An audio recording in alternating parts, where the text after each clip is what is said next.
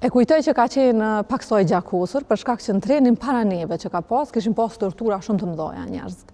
E kujtoj deri te momenti i hypjes në tren, domethënë ku një kohë shumë e gjatë, realisht shkuan shumë trena, nuk ishte vend, dikur krejt pas dite kur vetë se u bo terru ersu, në atë kohë domethënë ndoshta ora 6, ka qenë një vetë se na ardhë radha që ne të hypemi në tren.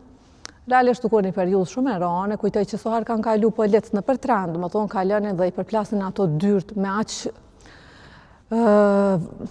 e gërsi, sa që ty ta merr mendja që është diçka të ndodhë tepër e keqe, realisht e shehra.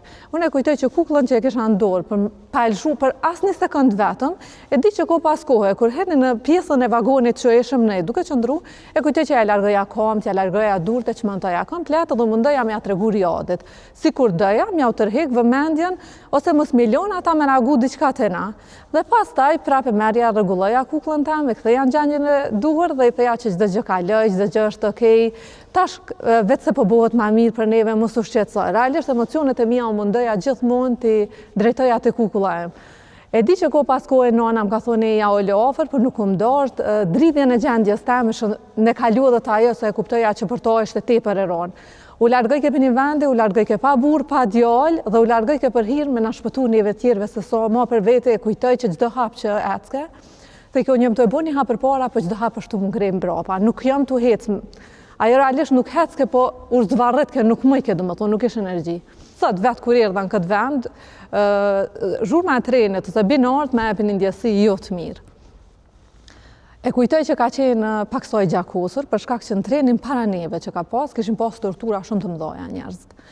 Këto e kujtoj domethënë që kur kanë mbërrinë stacion e kanë thonë dikush që ose punëtorët e stacionit trenit, nuk e kujtoj sakt, po e di që e kanë thonë që ka pas persona që kanë pas tortura dhe për qatë shkak domethënë treni është i papastër, domethënë ose i ndotur ose i stërpikur me gjak. Dhe në momentin e mbërritjes në Blac, vetë se ishte ersu komplet nata, e kujtoj që nuk na hapën dyrët e trenit.